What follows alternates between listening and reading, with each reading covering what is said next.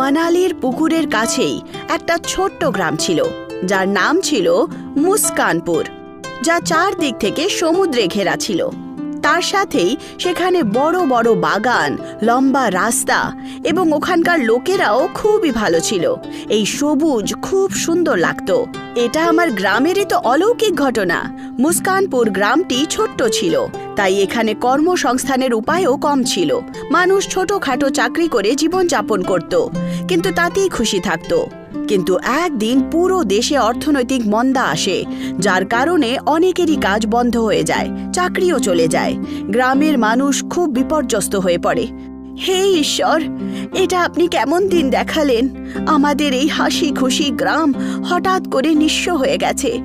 সবার হাত থেকে কাজ কেড়ে নেওয়া হয়েছে। সূর্যের বাবার খুব মন খারাপ। সূর্যের কলেজের ফি আমরা কি করে দেব? একমাত্র আপনি আমাদের গ্রামকে বাঁচাতে পারেন ভগবান। আপনার চরণে হাত জোড় করছি। বিচারী কুন্তি, এই আকস্মিক মন্দার কারণে পুরো গ্রামের অবস্থা খারাপ হয়ে গেছিল, যার প্রভাব পড়ছিল সবার ওপর। আরে সূর্য, কি হয়েছে? তুই এত চুপ করে আছিস কেন? কিছু না বন্ধুরা, বাস এমনিতেই। আরে আমাদের কাছ থেকে কে লুকাচ্ছিস বলতো? আরে সেরকম কিছু না রে। তাহলে কি ব্যাপার? কালকে মাকে ভগবানের কাছে কাঁদতে শুনেছিলাম আমি। খুব চিন্তিত রয়েছে মা। বাবা চাকরি চলে গেছে, নতুন চাকরি পাচ্ছেও না, তাই মা খুব চিন্তায় রয়েছে এখন। তা তুই ঠিকই বলেছিস, বাড়ির খরচ, তার উপর আমাদের এই পড়াশোনারও খরচ রয়েছে।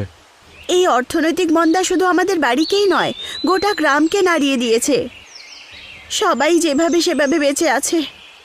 এটাই তো, এইসব কিছু আমি সহ্য করতে পারি না। আমার মনে হয় আমাদের কিছু করা উচিত, যাতে নিজেদের পরিবারকে সাহায্য করতে পারি, আর তার সাথে আমাদের গ্রামও আবার আগের মতো ভালো খুশিতে ভরে উঠবে। কি বলো বন্ধুরা তোমরা? হ্যাঁ সূর্য, কথাটা তো ঠিক বলেছিস। আমিও সেটাই ভাবছিলাম, কিন্তু আমরা কি করতে পারি? আমাদের হাতে না টাকা আছে না চাকরি আছে। তিনজনই ভাবনায় ডুবে যায়। বন্ধুরা, আমার কাছে একটা আইডিয়া আছে। হ্যাঁ বল না। আচ্ছা, আমরা বরং একটা ভাসতে থাকা রেস্টুরেন্ট খুলি। ভাসতে থাকা রেস্টুরেন্ট? হ্যাঁ, ভাসতে থাকা। দেখ, আমাদের গ্রামে অনেক পর্যটকরা আসেন, তারা সমুদ্রকে দেখতে ভালোবাসে। আমরা যদি সমুদ্রের একদম মাঝখানেই খাবার দাবারের ব্যবস্থা করে দিতে পারি, তাহলে ভেবে দেখ ওরা কতটা পছন্দ করবে ব্যাপারটা। কথাটা ঠিকই বলেছিস তুই। আরে সেটাই তো, একবার ভেবে দেখ, যদি আমরা এটা করতে পারি না, তাহলে খারাপ অবস্থার মধ্যেও আমরা বেশ পয়সা রোজগার করতে পারি। আর এখন তো পর্যটকদের সিজনও শুরু হতে